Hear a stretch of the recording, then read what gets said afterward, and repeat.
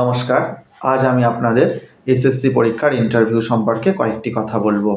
আমি যতটুকু জানি ততটুকু বলছি। অল্প সময়ের মধ্যে কয়েকটি কথা আপনাদের আমি আমার তরফ থেকে শোনাচ্ছি। আরও অনেক এক্সপার্ট রয়েছেন, ইউটিউবে দেখবেন বিভিন্ন ভিডিও দিচ্ছেন, ওনাদের কথাও আপনারা শুনবেন। ঠিক আছে? ওনারাও যথেষ্ট খুব সুন্দরভাবে বোঝাচ্ছেন। আমি একটা কথা বলবো, এই ইন্টারভিউয়ের প্রস্তুতির জন্য না আপনাকে কোনো জায়গায় প্রাইভেট টিচার নিতে হবে না, কোনো জায়গায় টাকা ইনভেস্ট করে আপনাকে আলাদা করে ট্রেনিং নিতে হবে না। আপনি বাড়িতেই নিজেই ট্রেনিং নিতে পারবেন। বিভিন্ন ইউটিউবকে ফলো করুন, দেখবেন বিভিন্ন স্যারেরা, বিভিন্ন এক্সপার্টরা আপনাদের অনেক কিছু জ্ঞান দিচ্ছেন। এটাই যথেষ্ট। বাকিটা তো আপনি ওখানে নিজে খেলবেন। ঠিক আছে? সবটাই আপনার ওপর ওখানে ডিপেন্ডস করছে। আপনি বাড়ি থেকে যতই মুখস্থ করে যান বা যতই প্র্যাকটিস করে যান, দেখবেন ওখানে আপনাকে সেই নিজের কেরামতি আপনাকে দেখাতে হচ্ছে। ঠিক আছে?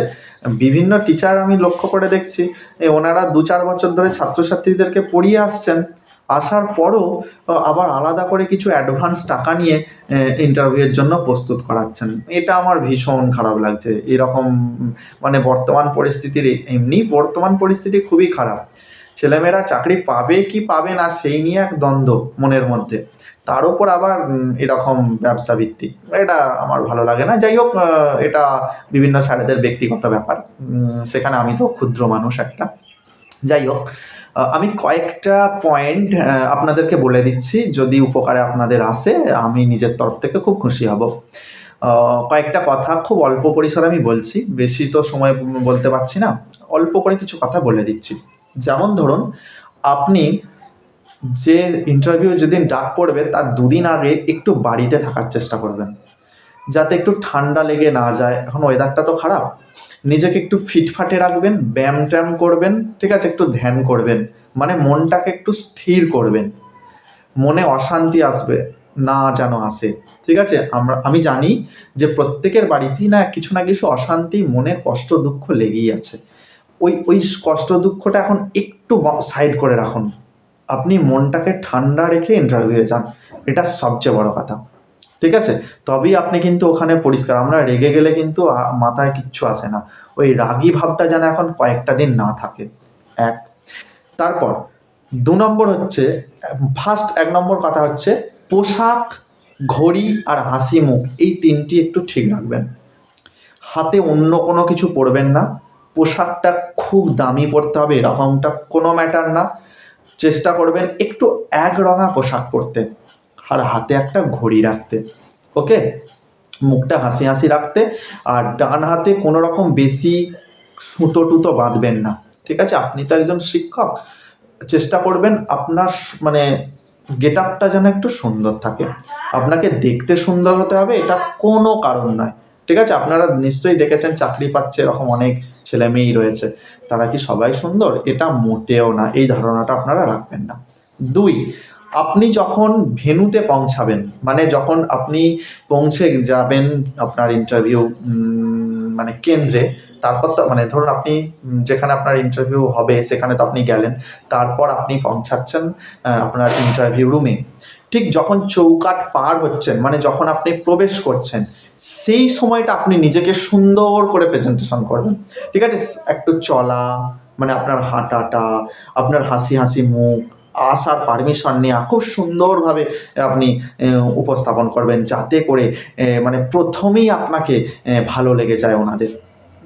যারা বসে আছেন ভিতরে জানবেন ওনারা ভীষণ এক্সপার্ট, কিন্তু মাথায় রাখবেন যে ওনারা কেউ নয়। আপনি ভাববেন যে ওনারা ছাত্রছাত্রী, আপনি টিচার হয়ে গেছেন, আপনি একটা ক্লাসরুমে প্রবেশ করছেন।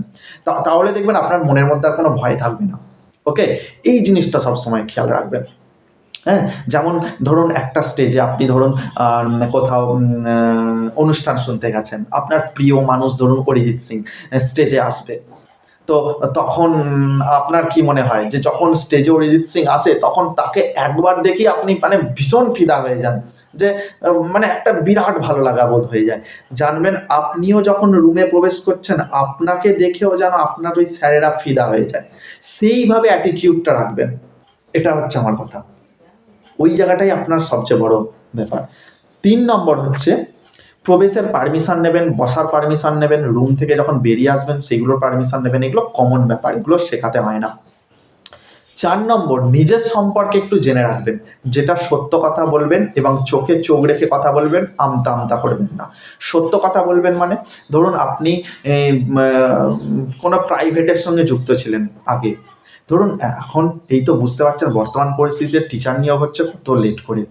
তার মানে প্রত্যেকটা আমরা প্রায় সবাই কোনো না কোনো পেশার সঙ্গে প্রায় যুক্ত আছি। বেশিরভাগ ক্ষেত্রে প্রাইভেটের সঙ্গেই আমরা যুক্ত থাকি। তারপর বিভিন্ন পেশা আরও বিভিন্ন যাদের সব ব্যবসা ট্যাবসা আছে তারা টুকটাক দেখাশোনা করে, হ্যাঁ, বিভিন্নভাবে। তো আপনি যেটা সত্যি সেটাই বলবেন। আপনি যদি কোনো একটা কাজের সঙ্গে যুক্ত থাকেন আপনি ওটাই বলবেন, কিন্তু এটা বলতে ভুলবেন না যে আমি কাজ করতাম যেমন আর্থিকগতভাবে ঠিক, আর এটাও ঠিক যে আমার মন সবসময় টিচারের মানে শিক্ষক হব এইটার ওপর থাকতো, আর আমি বাকি টাইমটা মানে প্রচুর পড়াশোনা করতাম, বাকি টাইমটা যতটা পেতাম। আর আপনারা এটুকু জানেন যে একটা বিশাল মানে একটা লম্বা সময় পর পরীক্ষা হয়েছে, অতএব আমি একটু একটু একটু করে যেমন কাজও করেছি বাড়ির, ঠিক একটু একটু একটু করে প্রিপারেশানটাও করে গেছি। কারণ আমি ঘুমোতে পারিনি, আমার সবসময় মাথায় শুধু এই শিক্ষক হব এই জিনিসটা সবসময় থাকতো। ঠিক আছে, এইভাবে নিজেকে বললেন। মিথ্যে কথা বলার দরকার নেই। মিথ্যে কথা বলতে গেলে না আপনি দেখবেন তালে ঘুলে পেকে যাবে আপনার। ঠিক আছে, প্রয়োজন নেই। যেটা আপনার সত্যি। আর একটা জিনিস মাথায় রাখবেন, প্রত্যেকটা মানে সে শিক্ষক হোক বা কোনো বড় মাপের চাকুরিজীবী হোক, তার পিছনে কিন্তু বিরাট ইতিহাস আছে। বড় হতে গেলে পিছনে একটা ইতিহাস থাকবেই থাকবে, এটা কিন্তু আমরা খুব ভালোভাবে জানি, তাই না? তারপর 5 নম্বর কি, জানি না স্যার এ কথা বলবেন না। ঠিক আছে, এই মুহূর্তে স্যার মনে পড়ছে না, এরকম ধরনের বলবেন। 6 নম্বর, আপনি কোন ইয়ারে গ্র্যাজুয়েশন করেছেন, এমএ করেছেন, বিএড করেছেন, সেইগুলো একটু মনে রাখবেন। আর আপনার স্পেশাল পেপার কী ছিল, ধরুন আপনার মধ্যযুগ ছিল, কিংবা ধরুন এমএতে কথা সাহিত্য ছিল, তো সেইগুলো একটু মাথায় রাখবেন যে আপনার কোন দিকটা ছিল। আপনাকে হয়তো বলতে পারে আপনি মধ্যযুগ নিয়েছিলেন, মধ্যযুগটা কেন ভালো লাগে, বা কথা সাহিত্য নিয়েছিল, আপনার কথা সাহিত্য কেন ভালো লাগে, এইগুলো একটু খেয়াল রাখবেন। তারপর 7 নম্বর হচ্ছে, আপনার বাড়ির পাশে যদি কোনো সাহিত্যিক থাকে বা কোনো বিশিষ্ট নামি দামি ব্যক্তি থাকে, ওনার সম্পর্কে কিন্তু একটু জেনে রাখবেন। ঠিক আছে, এখান থেকে কিন্তু প্রশ্ন হয়। 8 নম্বর, একটা মানে ধরুন আপনি যে বিএড করছেন, যখন করছিলেন, তখন যে আমাদেরকে যখন শেখানো হতো বিএডেতে, যখন শেখানো হয় যে একটা টিচার স্টুডেন্ট সম্পর্ক, এই যে এডুকেশন ভিত্তিক যে টিচার স্টুডেন্ট সম্পর্ক, এইখানটা একটু জেনে রাখবেন। হ্যাঁ, যে আপনি ক্লাসে কিভাবে পড়াবেন, মানে কোনো ছেলে যদি বদমাইশ করে আপনি কি করবেন, এই যে ব্যাপারগুলো, এইগুলো একটু কিন্তু জেনে রাখবেন। হ্যাঁ, এগুলো কিন্তু কাজে আসবে। তারপর 9 নম্বর কি, আপনার কোনো এক্সট্রা কারিকুলাম, মানে আপনি যদি কোনো বিষয়ে পড়াশোনার পাশাপাশি এক্সপার্ট হন, ধরুন আপনি খেলাধুলা এক্সপার্ট, সেটা বলতে পারেন। আপনি গান বাজনা এক্সপার্ট, সেটা বলতে পারেন। গান জানলে একটু গানটা ভালো করে প্র্যাকটিস রাখবেন, এটাও কিন্তু ভীষণ ক্যারি করে। আপনি একটা জিনিস মাথায় রাখবেন, একটা টিচারের সঙ্গে না খেলাধুলো, গান বাজনা, কবিতা আবৃত্তি, বক্তৃতা, এগুলো ওতপ্রোতভাবে জড়িত। এইগুলো কিন্তু ভালো দিক। আপনি বলবেন, প্রয়োজনে আপনি দুটো একটা কবিতাও, আপনি কবিতার এক্সপার্ট নাই হন, দুটো একটা কবিতা ভালো করে প্র্যাকটিস করে যান না বাড়ি থেকে। বলবেন ওখানে, যদি আপনাকে বলে স্যার একটা কবিতা শোনান তো, কয়েকটা লাইন, আপনি শোনাবেন। আরে এগুলোই তো নিয়ম। আপনি একটা বাংলার টিচার হবেন, আপনাকে একটা কবিতা জানতে হবে না? আপনি একটু বক্তৃতা দিতে পারবেন না? স্কুলে প্রোগ্রামগুলো হলে দেখবেন বেশিরভাগ সময় বাংলা টিচাররাই সেগুলো উপস্থাপন করে, সেগুলো দেখবেন বাংলা টিচাররাই বেশি অ্যাঙ্কারিং করছেন। ঠিক আছে, এই দিকটা একটু মাথায় রাখবেন। তারপর ধরুন 10 নম্বর হচ্ছে, সাহিত্যের ইতিহাস ব্যাকরণটা একটু পড়বেন। কিন্তু আপনাকে যখন সেই ডেমনস্ট্রেশন বোর্ডে করাবে না, তখন বোর্ডে যখন আপনাকে কিছু একটা করতে বলবে, তখন কিন্তু ওই ব্যাকরণ দিকটা একটু বেশি কাজে লাগবে। তারপর 11 নম্বর ধরুন, একটু সময় করে কিছু উপন্যাস, নাটক, গল্প এগুলো পড়ে যাবেন। কারণ কি বলুন তো, আপনি একজন বাংলার টিচার, বাংলার শিক্ষক হবেন, বা আপনি বাংলা নিয়ে পড়ছেন, অতএব একটু উপন্যাস, নাটক তো একটু পড়ে যাওয়া উচিত। ধরুন আপনাকে বলল যে আপনার কোন সাহিত্যিককে বেশি ভালো লাগে, আপনি বলে দিলেন বঙ্কিমচন্দ্রকে ভালো লাগে। দিয়ে এবার বঙ্কিমচন্দ্রের কোন উপন্যাসটা আপনার ভালো লাগে বলে দিল, আপনি বললেন দুর্গেশ নন্দিনী ভালো লাগে। আপনাকে আবার বললো দুর্গেশ নন্দিনীর কোন অংশটা, কোন কথাগুলো আপনার মানে মনের মধ্যে গেঁথে গেছে, বা কপালকুণ্ডলার কোন কথাগুলো। এই জন্য আমি বলছি কিছু উপন্যাস, কিছু নাটক বা কিছু গল্প বিভিন্ন সাহিত্যিকের একটু সময় করে পড়ে যাবেন। তারপর বেশি কথা বলবেন না, যা জানতে চাইছে সেটা বলবেন। এক কথায় উত্তর দেবেন, দু কথায় যাবেন না। দু কথায় গেলে ওনারা এতটাই এক্সপার্ট না, আপনাকে 3 কথায়, 4 কথায়, 5 কথায় নিয়ে চলে যাবে। ঠিক আছে, অতএব পরিমাণ মতো উত্তর দেবেন। ওকে, আচ্ছা, ডেমনস্ট্রেশন বা ইন্টারভিউয়ের সময় আপনি স্যার আর ওনাদেরকে আপনি শেখাচ্ছেন, এটা কিন্তু সবসময় মাথায় রাখবেন যে আপনি আপনি একজন শিক্ষক, ওনারা সব আমার স্টুডেন্ট, আপনি শেখাচ্ছেন, আপনি ওনাদের কাছে শিখছেন, এটা মাথায় আনবেন না। আপনি ওনাদেরকে শেখাচ্ছেন, বোঝাচ্ছেন, সেটা যেন সবসময় মাথায় থাকে।